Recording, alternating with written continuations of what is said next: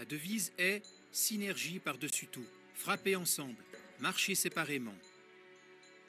L'attaquant forme ainsi des groupes terroristes hétéroclites. Si un groupe rebelle extrémiste ne veut pas du tout se mélanger à d'autres qui pensent autrement, cela n'a aucune importance pour l'attaquant.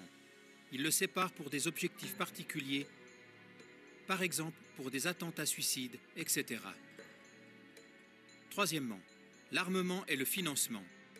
Au travers de mercenaires de son propre pays ou d'un autre pays, il forme les groupes de rebelles rassemblés préalablement en groupes de terroristes. Dans la mesure du possible, il fait cela en dehors du pays visé. Pour ce faire, il installe des centres de formation secrets, le plus près possible de l'endroit visé. Si cela n'est pas possible, il les fait venir d'ailleurs. Il livre aux rebelles des quantités d'armes et de munitions à volonté. Il paye les rebelles pour aller au combat. Quatrièmement, l'attaque. L'attaquant étranger met en pratique son plan de combat de façon ciblée. Suivant la stratégie, il attaque aussi de façon ciblée des personnes civiles. Son but est surtout d'attirer l'attention des peuples et de susciter le cri au secours venant de l'extérieur. Bien sûr, maintenant, ce n'est pas l'attaquant organisateur qui est au centre des informations de presse, mais le mauvais gouvernement du pays à renverser, ou bien, si besoin est, ce seront les rebelles, c'est-à-dire les unités terroristes. Cinquièmement, les buts du véritable attaquant sont toujours les mêmes. Autant que possible, affaiblir l'objet visé à partir de l'intérieur. Accusation ciblée contre l'objet visé. Autant que possible, provoquer la confusion et l'impuissance des peuples. Autant que possible, créer le besoin pour un secours militaire venant de l'extérieur. Renversement et élimination du gouvernement visé. Mise en place d'un nouveau gouvernement venant d'entre les rangs des rebelles déclarés des bons rebelles. Retrait des troupes, abandon du pays à lui-même afin qu'il tombe dans le chaos total. Nouvelle intervention radicale pour éliminer tous les héros utilisés auparavant et qui sont désormais appelés des terroristes. Prise en charge du pays ainsi que de ses ressources. Paiement de dédommagement au gré des attaquants. Sixièmement, se laisser célébrer comme sauveur. Septièmement, le même exercice en grand. Ce que l'attaquant a fait dans différents pays avec des troupes de rebelles hétéroclites, il le fait à grande échelle. Des pays entiers sont maintenant ses troupes choisies de rebelles. Avec celles-ci, il encercle ses plus grands rivaux qu'il ne pourrait jamais battre tout seul. Tout d'abord, il attise des provocations qu'il met sur le dos de ses plus grands rivaux. Il amène ces pays rebelles choisis à attaquer avec leurs propres armes et leur armée contre son plus grand rival. C'est seulement quand tous les pays ont tiré leurs dernières munitions, qu'ils ont perdu leurs meilleurs éléments et qu'ils sont ruinés que le véritable ennemi de l'homme, le véritable attaquant et belliciste intervient pour maintenant les vaincre tous ensemble. Qui sont les grands perdants? Tous ceux qui se sont laissés envoûter et utilisés par cet attaquant et belliciste retors. Pour le moment, c'est invité à continuer à entrer dans la salle là. Donc, membres et conseillers, ils ont même tout, ils ont rentré dans la salle, côté cérémonie après le déroulé, côté discours officiel, ils ont le fait. Donc, nous mobiliser pour nous permettre de suivre ensemble avec nous, quel que soit côté ou branché télévision l'État, eh bien, les points forts cap gain pour marquer grand événement si là. Non pas pour contre nous gagnons toute une équipe qui mobilisée, une équipe dans le studio. Bien entendu, nous gagnons avec nous et Rodney Doléan. Rodney, nous bonjour. Tout d'abord, on t'a suivre on dit processus là depuis au commencement. Donc constat et point de vue par rapport avec un dit événement qui déjà a déroulé dans le moment que nous avons parlé là. C'était coalition aidée, raide à compromis historique. Non, premier temps qui peut choisir ancien ministre femme à condition femme dans Marie-Gislaine, mon premier, et qui peut désister. Et après, il prend Dominique Dupuis, et qui se représentant permanent et Haïti dans UNESCO. Et Madame Dupuis-Jean, nous tous connaissons qui pral lui-même by vague ou bien qui pral désister tout sous d'accord avec moi et parce que selon ça le dit il non seulement recevoir des menaces personnelles les familles tout des menaces sous la vie ouais donc Donc, ça va le faire que lui-même, il désistait. Et finalement, et monsieur, depuis, il va venir joindre avec Smith Augustin, qui c'est Smith Augustin, faut nous rappeler, qui c'est un ancien ambassadeur pays d'Haïti dans la République dominicaine et tout ça. Et pour continuer, nous gagnons famille Lavalas, sans surprise, les six Voltaire, qui lui-même pral gagner, qui pral jouer rôle G, qui si pral G avec oreilles famille Lavalas, non, non, non, non, faut que nous dit,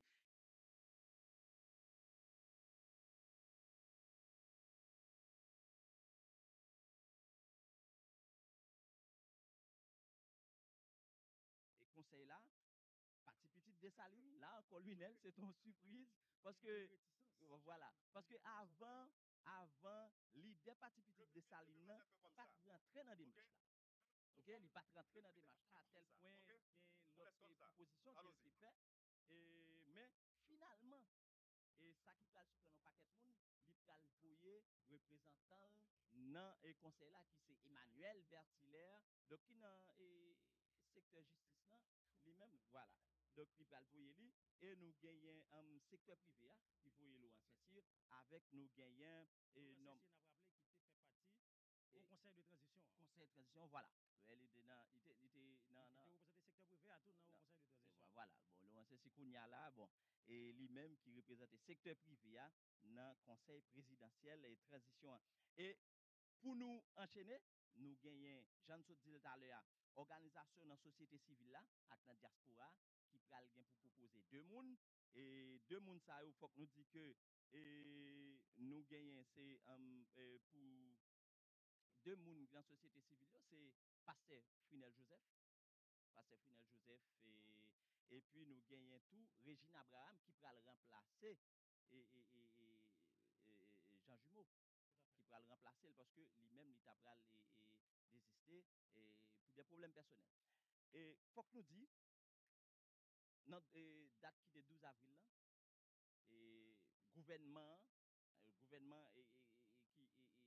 normalement gouvernement place ça t'a publier décret qui reconnaît existence conseil voilà donc il va le reconnaître donc c'est 11 avril et là nous arrivons dans quelques jours après là nous dans 16 avril il va publier officiellement non monsieur Damio dans moniteur donc Jean so dit à Lunel donc pour installation donc un premier parti et ça qui surprend nos paquets de monde, bon premier parti qui fait dans le palais national et monsieur yo recevoir hymne présidentiel palais national et là kounya là côté nous dans villa d'accueil la Janson de la lunette, c'est deuxième parti qui a fait et équipe télévision nationale d'Haïti là nous sous place pour permettre à ce que et Jean Tabdil et auditeurs, auditrices et internautes télévision nationale d'Haïti pas rater même en seconde dans et cérémonie ça cap continuer dans villa d'accueil là. Alors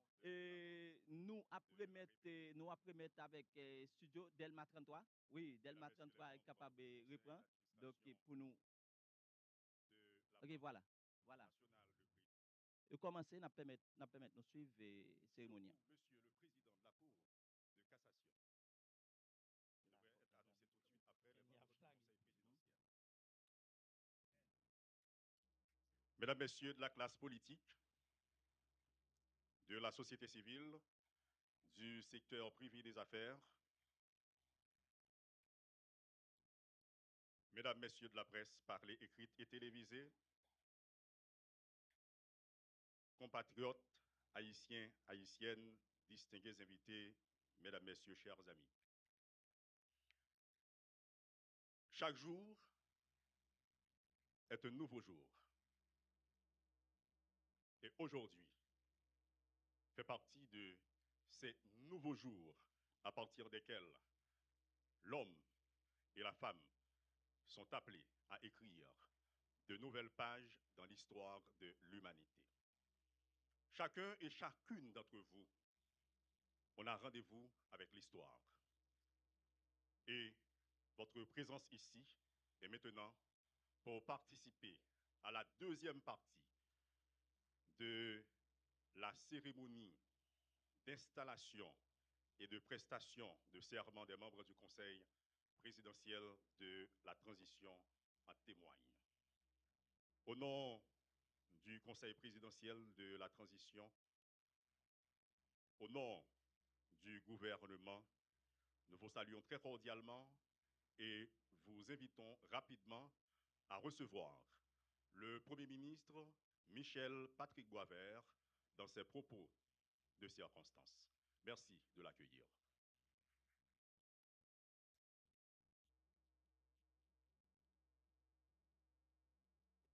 Merci.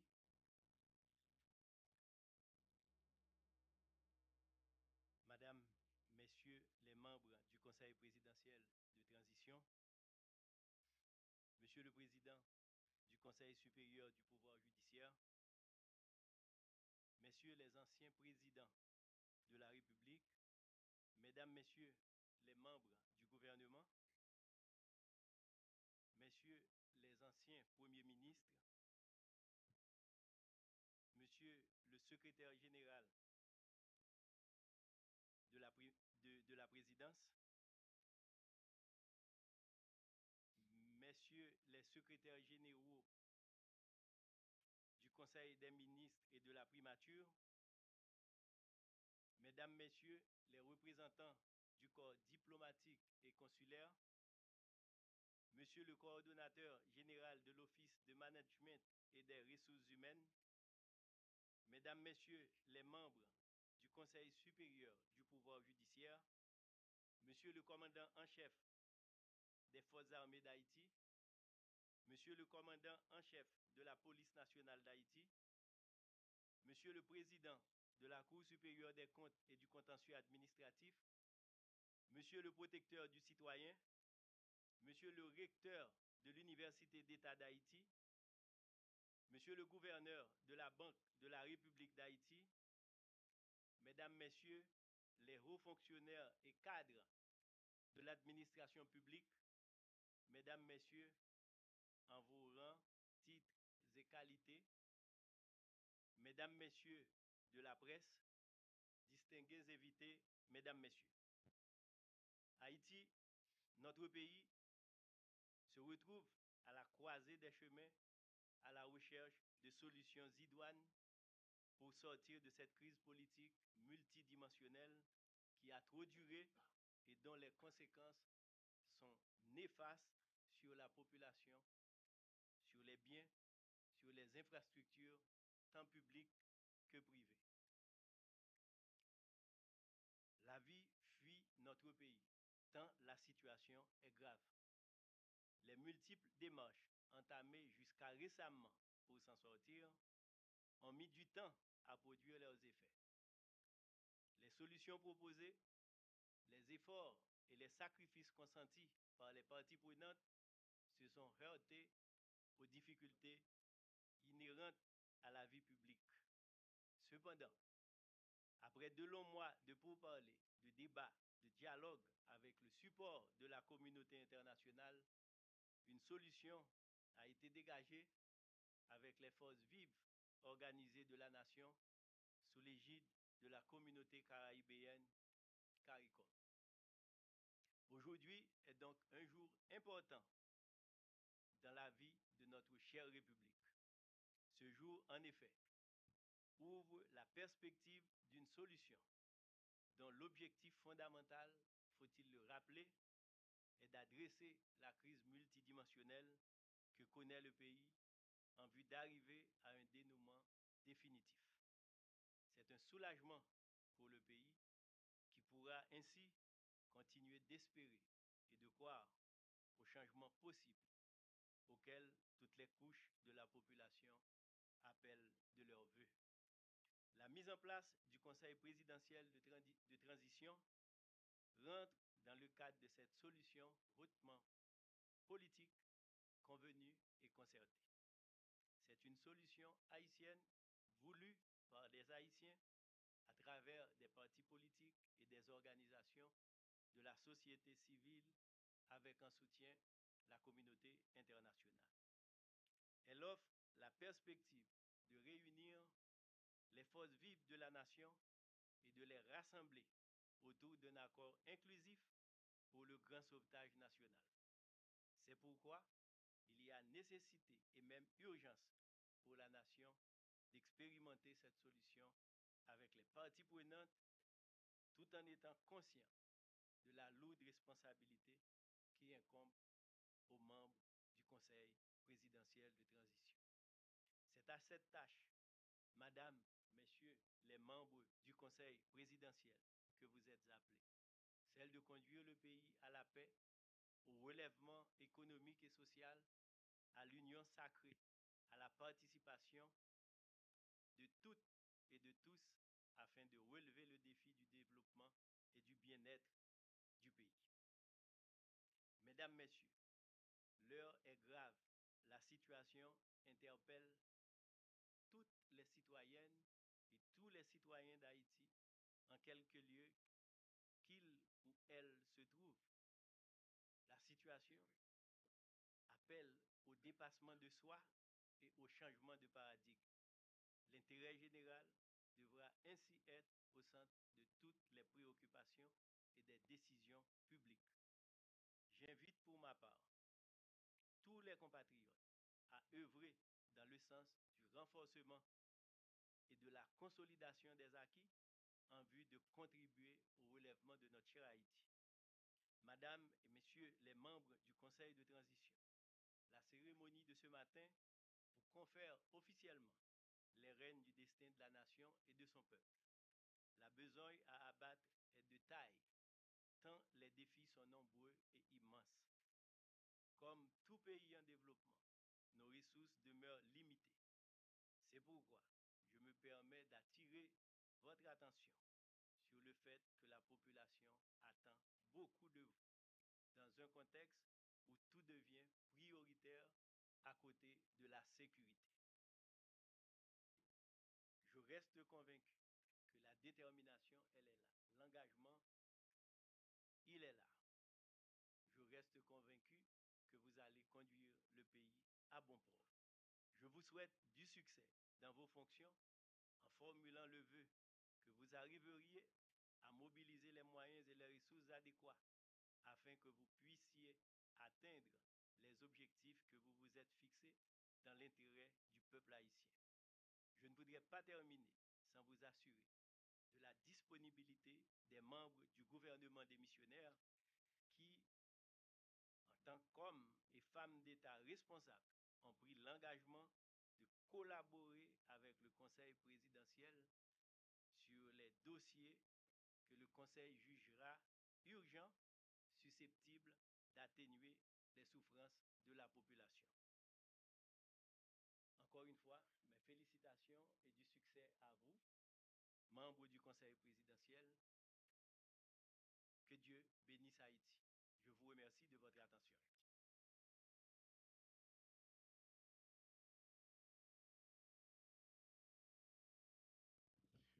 Voilà les propos du Premier ministre du gouvernement démissionnaire, Michel Patrick Boisvert, afin que nul n'en prétexte ignorance.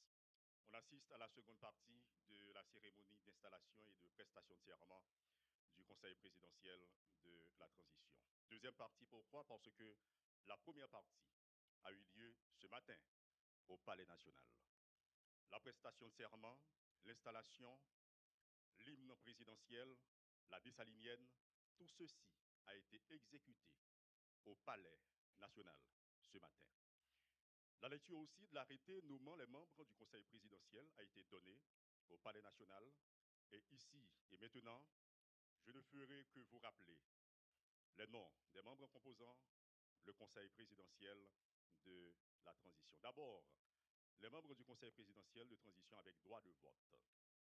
Le citoyen Smith Augustin, le citoyen Louis Gérald Gilles, le citoyen Fritz Alphonse Jean, le citoyen Edgar Leblanc-Fils, le citoyen Laurent Saint-Cyr, le citoyen Emmanuel Verthilaire, le citoyen Leslie Voltaire, avec droit de vote.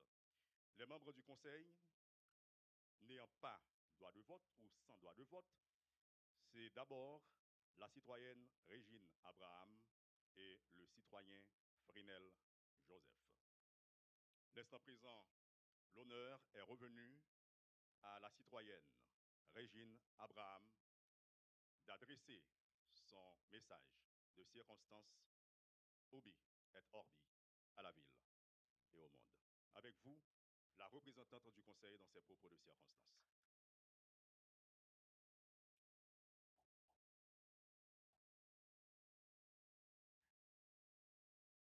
Monsieur le Premier ministre, AI, Monsieur Michel Patrick Boisvert, Monsieur le Président de la Cour de cassation, Mesdames, Messieurs les membres du gouvernement sortant, Mesdames, Messieurs les membres du Conseil supérieur du pouvoir judiciaire, Monsieur le Secrétaire général de la Présidence, Messieurs, Messieurs les membres du corps en chef des forces armées, Monsieur le Secrétaire général le Directeur général de la police nationale, Mesdames, Messieurs les chefs de la mission diplomatique, Mesdames, Messieurs les représentants des secteurs signataires de l'accord, Mesdames, Messieurs les hauts cadres de l'administration publique, Mesdames, Messieurs les représentants des organisations internationales, Mesdames, Messieurs les membres du corps consulaire, Mesdames, Messieurs les représentants des partis politiques, Mesdames, Messieurs les représentants de la société civile, Mesdames, Messieurs membres des familles du Conseil présidentiel, Mesdames, Messieurs membres de la presse parlée, écrite, télévisée en ligne, chers concitoyens, chères concitoyennes, Mesdames, Messieurs, en vos rangs, titres et qualités. Le 7 juillet 2021 restera à jamais gravé dans les annales de notre histoire. Non pas pour une histoire glorieuse, mais pour un événement tragique qui a secoué notre nation jusqu'à ses fondements les plus profonds. L'odieux assassinat de son Excellence M. Jovenel Moïse, président de la République d'Haïti. Peu importe nos affiliations politiques individuelles, ce régicide a non seulement coûté la vie à notre chef d'État, mais il a également marqué un tournant pour le pire dans la crise socio-économique et politique et a affligé notre pays depuis si longtemps, à genoux. L'extrême violence qui a suivi ce acte barbare a plongé notre nation dans le deuil et la douleur. Ces violences ont eu un impact dévastateur sur l'économie déjà en chute libre, la vie sociale par des viols collectifs persistants sur les femmes et les filles, la paupérisation des couches moyennes, la vague de déplacement de population fuyant les zones dangereuses ainsi que le pays. Pour l'année 2024, 3 millions d'enfants en Haïti nécessiteront une assistance humanitaire en raison de la montée de la violence et de l'effondrement des services de base. Actuellement, près de 900 écoles, principalement situées à Port-au-Prince, ont dû fermer leurs portes, privant ainsi environ 200 000 enfants de leur droit fondamental à l'éducation, à leurs activités ludiques, à la découverte de leur pays et aux interactions sociales essentielles à leur développement. En outre, de nombreux enfants sont profondément traumatisés par les violences qu'ils ont subies ou auxquelles ils ont été témoins. Depuis le triste événement du 7 juillet 2021, notre nation a semblé dans un ami de désespoir et de désolation. Les structures institutionnelles de l'État haïtien, déjà fragilisées par des décennies d'instabilité politique, ont subi un effondrement spectaculaire. Non seulement la qualité, mais l'existence même des services publics offerts à notre population a été compromise. De plus, la population de la zone métropolitaine de Port-au-Prince est littéralement prise en otage, ce qui aggrave de manière exponentielle les conditions de vie des ménages. Nous assistons ainsi à l'effondrement total de nos institutions et à l'échec cuisant d'un gouvernement qui a totalement abandonné sa responsabilité de protéger sa population contre les violences criminelles, d'offrir des services publics à sa population et de piloter l'économie. Face à cette crise sans précédent, la population tout entière a reconnu l'urgence et la nécessité impérieuse d'une prise en main vigoureuse pour sortir notre pays de cette spirale de désespoir et de destruction. C'est dans ce contexte que des partis politiques, des organisations de la société civile, du secteur privé des affaires et de la diaspora haïtienne se sont entendus le 3 avril sur un accord politique historique pour conduire le pays sur la voie de la sécurité, de la stabilité et du redressement économique.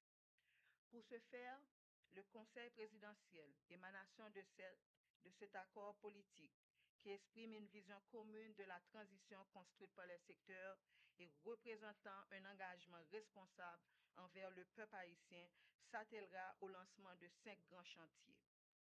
Le rétablissement de la sécurité publique, l'organisation de la conférence nationale et de la réforme constitutionnelle, la réalisation des élections générales démocratiques, crédibles et participatives, la restauration de la justice, de l'état de droit et des droits fondamentaux des citoyens et citoyennes, le redressement institutionnel et économique.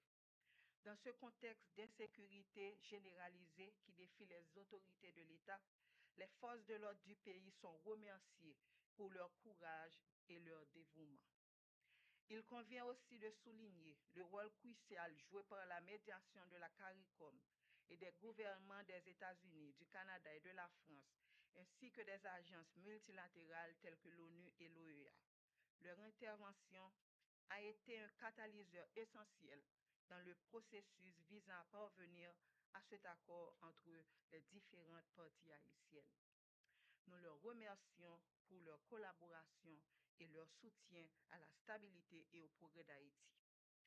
Haïtiens tout côté, dans la capitale, dans le quartier populaire, dans la province, dans la tête monio, dans la diaspora, nous tous avons souffert dans l'état pays aujourd'hui. Moun ap mouri par-ci par-là. Jeune femme koutifi ap sivi kadejak tribo babo. Classe moyenne nan fin décapitalisée. En pile famille qui te kouri qui te kayou. Yon seul espoir c'est kouri qui te pays ya. Nous pas doué jamais river là et ça pas doué continuer comme ça. C'est pour financement ça yo, nous même dans conseil ça, nous engager nous dans bataille ça à côté peuple haïtien. Nous connaissons li pas facile, mais c'est ensemble tout patriote qui en dedans couder au pays pour nous coller les épaules pour lever ex-camp pays. Aujourd'hui ne marque que le premier jour du travail nécessaire pour rétablir l'ordre, la discipline, la paix et les conditions favorables à la création de richesses dans notre pays meurtri. C'est le début d'une quête collective visant à remettre notre nation sur la voie constitutionnelle et pour espérer offrir une meilleure vie à toutes les filles et tous les fils d'Haïti. Merci à tous et à toutes. Mettons-nous tous et toutes au travail. Merci beaucoup.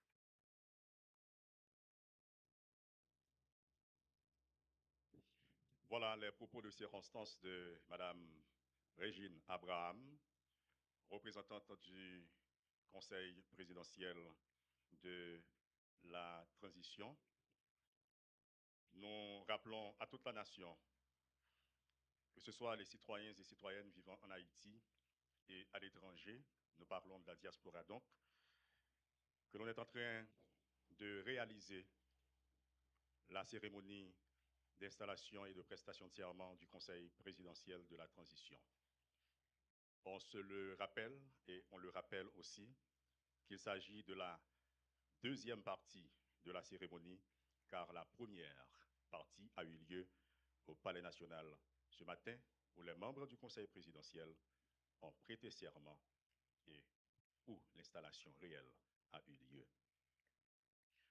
On est arrivé au moment où l'on va procéder à un toast de circonstance. Chaque jour est un jour, avons-nous dit, et aujourd'hui est un nouveau jour. Un jour à la fois, comme on le dit, carpe diem, il faut célébrer. On va enlever le pupitre et on va passer aux salutations d'usage protocolaires. Et cela va se faire délégation par délégation. On assiste à la distribution des verres de champagne pour le toast et ensuite on va passer aux salutations d'usage, voire protocolaires, et l'on va indiquer l'ordre protocolaire dans lequel cela va-t-il se réaliser.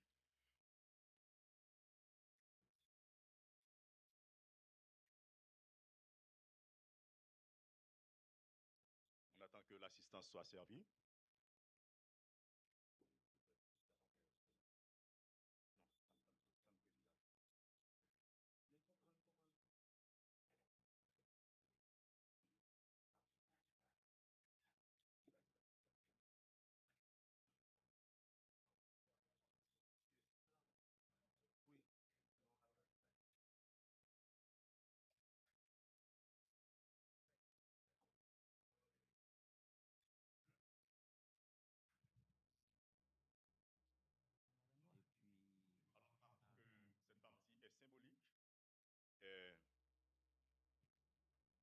L'on va inviter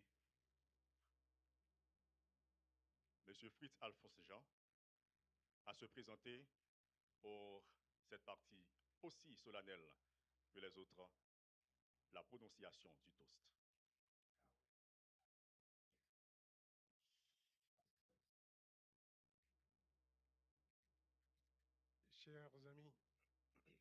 Chers amis de la diaspora qui nous écoutent là où ils sont, là où elles sont, chers amis de la communauté internationale, compatriotes haïtiens, haïtiennes qui tout partout en d'un pays, et surtout toute femme, toute si fille, nous connectent subi en pile bagaille pendant tant ça a passé, ils continuent à subir pile bagaille, en pile viol, viol collectif, viol individuel.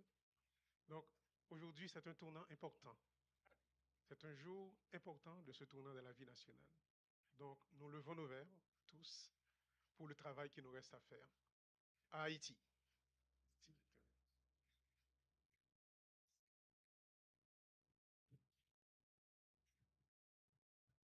Les verres sont faits pour être trinqués, sans se briser alors.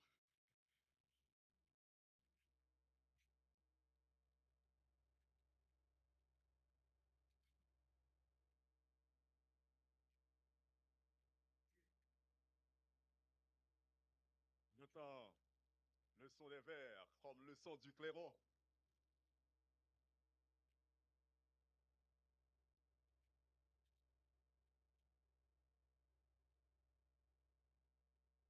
Et comme annoncé, le mode du protocole d'enlever le pupitre. Et on va procéder aux salutations d'usage. Membre du protocole, prière de retirer le pupitre.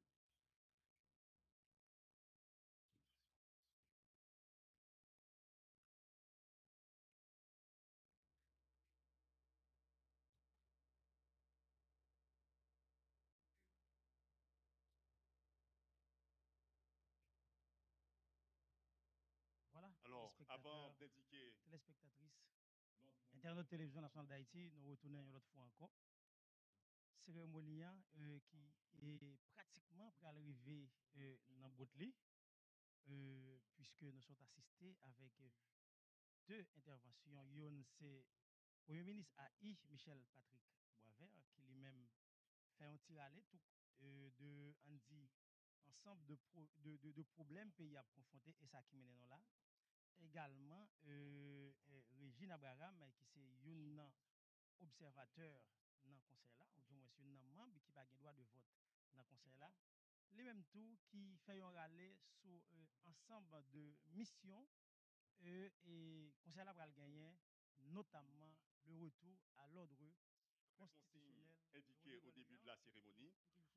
Et on appelle d'abord les membres du gouvernement sortant pour les salutations d'usage. Les salutations d'usage. On rappelle à toute la nation qu'on est à la villa d'accueil pour la deuxième partie de la cérémonie d'installation et de prestation de serment des membres du Conseil présidentiel de la transition. Et cela se passe ici et maintenant, Monsieur le Président de la Cour de cassation, le commissaire du gouvernement de la Cour de cassation,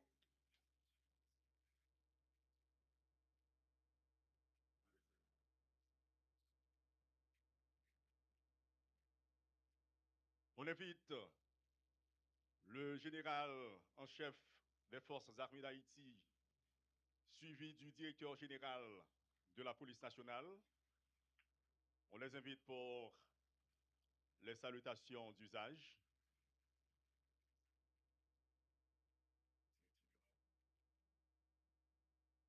On accueille, comme annoncé, le général en chef des forces armées d'Haïti et le directeur général de la police nationale pour les salutations protocolaires officielles alors aux membres du Conseil présidentiel.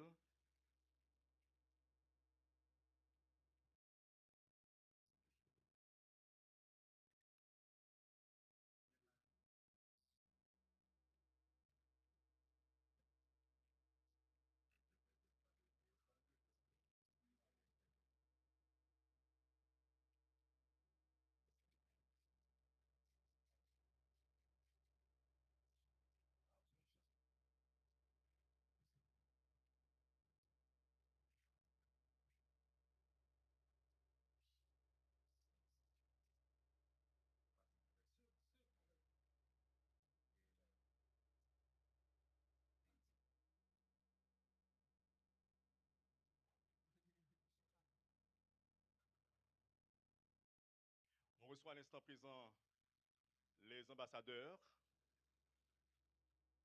pour les salutations d'usage.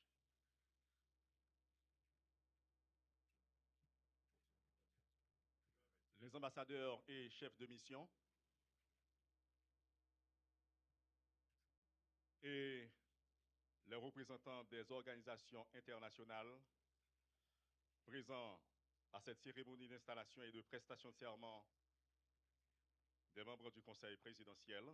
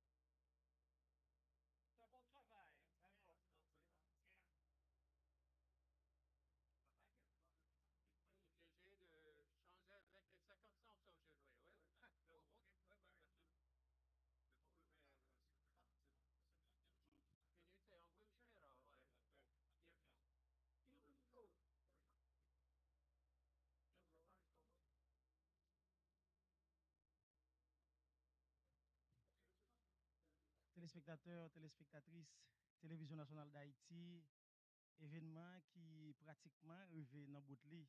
Nous avons suivi deux interventions. Et c'est ancien Premier ministre AI Michel Patrick Boisvert qui prend la parole, qui fait un rallye de ensemble de on dit événements qui marquent crise là et qui mènent dans le conseil transition. Également et Régine Abraham qui c'est un observateur qui gagne dans le conseil présidentiel de transition, ou du moins un membre qui n'a pas droit de vote dans le conseil là, eh bien, qui saute et lui-même tout et parler un peu de et travail et conseil là pour le gagner pour réaliser notamment le retour à l'ordre constitutionnel. Au nez d'Orléans, on t'a suivi même gens avec moi, on dit intervention de intervenants yo, réaction par rapport avec de bagailles de ça qui annoncé et à travers et intervention de principal intervenants yo.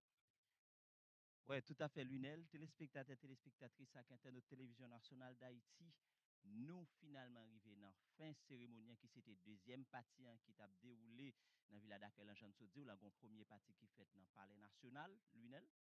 Et puis, deuxième partie cérémonie, prestation serment avec installation, membre conseil présidentiel transition, c'est dans la ville d'Akel, espace qui loge primature, l'état fait là, Jean Sodil, nous gagnons deux interventions. C'est Premier ministre AIA, Michel Patrick Boisvert, lui-même dans l'intervention, et nous a dit, qui conclut, qui dit, gouvernement démissionnaire, au contraire, yo disponible, et toutes les fois que conseil là, tu as besoin de support pour bien-être pays, pour bien-être population, yo même yo là, y a répondre présent.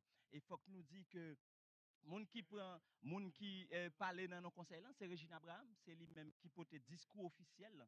C'est Régine Abraham et qui parlait sur ensemble chantier que conseil là lui-même li pral gagner pour travailler sur lui qui c'est sécurité, parler de sécurité, organisation. Mais avant, on reçoit les anciens présidents de l'Assemblée nationale.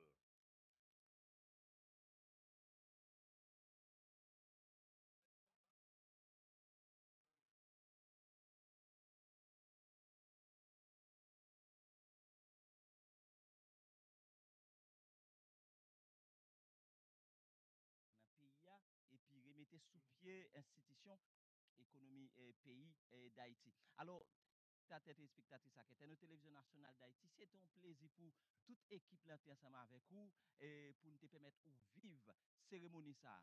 Donc n'a permettre de suivre en image comment la cérémonie a déroulé déjà discours officiel yo geta bay. Donc Studio Delma 33 donc merci en pile Ken Livilsain donc nous capables de reprendre.